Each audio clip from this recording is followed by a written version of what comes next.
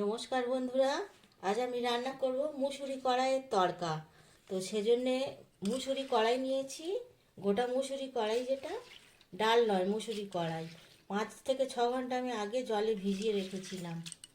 আর লাগবে আমার যেটা একটুখানি গোটা পেঁয়াজ আমি একটু বড় বড় করে কেটে রেখেছি। অনেকগুলো প্রায় রসুনের গোটা গোটা রসুন আছে, কোয়া ছাড়ানো।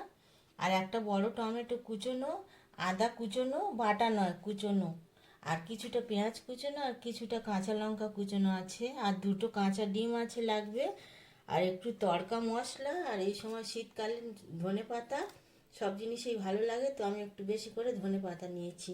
তো প্রথমে যেটা করতে হবে, এই মুসুরির কড়াইটাকে আমি প্রেসার কুকারে 4টে সিটি দিয়ে সিদ্ধ করে নেব।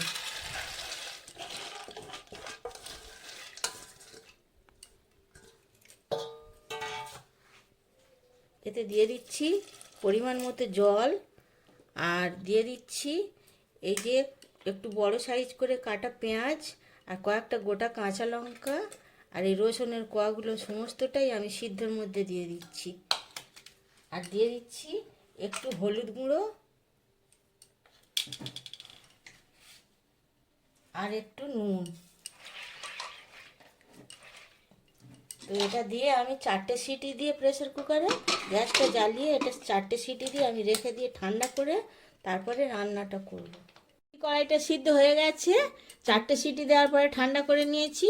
এই দেখুন সিদ্ধ হয়েছে, অথচ গোটা গোটা, অথচ সিদ্ধ হয়েছে। তো এবার আমি তরকাটা রান্না করব।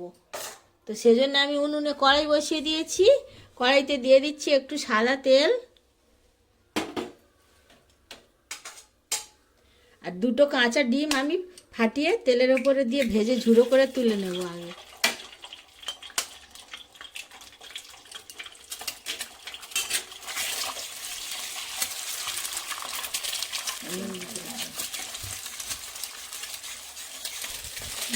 ডিমের ঝুড়ো ভাজাটা হয়ে গেছে, এবার এটা আমি কড়াই থেকে তুলে নিচ্ছি।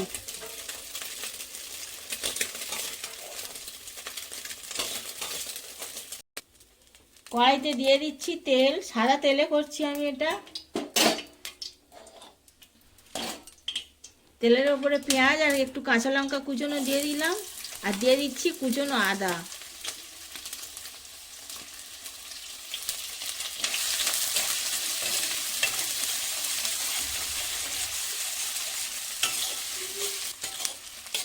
পেঁয়াজ আর আদা কাঁচা লঙ্কাটা প্রায় অর্ধেক ভাজা হয়ে গেছে। এই অবস্থায় আমি কুচোনো টমেটোটা দিয়ে দিচ্ছি।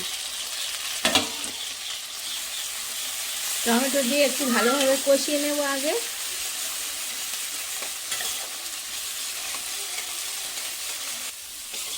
পেঁয়াজ, টমেটো আর আদা, কাঁচা লঙ্কা সব দিয়ে কষানোটা হয়ে গেছে। এবার আমি সিদ্ধ করা মুসুরি কড়াইতে এর ওপর থেকে ঢেলে দিচ্ছি।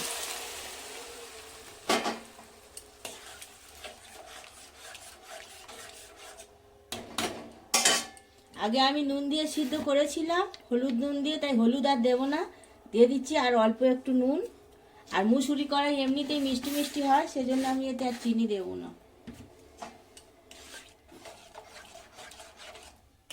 এবার এটা ফুটলে তারপরে তরকাটা ফুটে গেছে। এবারে দিয়ে দিচ্ছি আমি তরকা মশলা।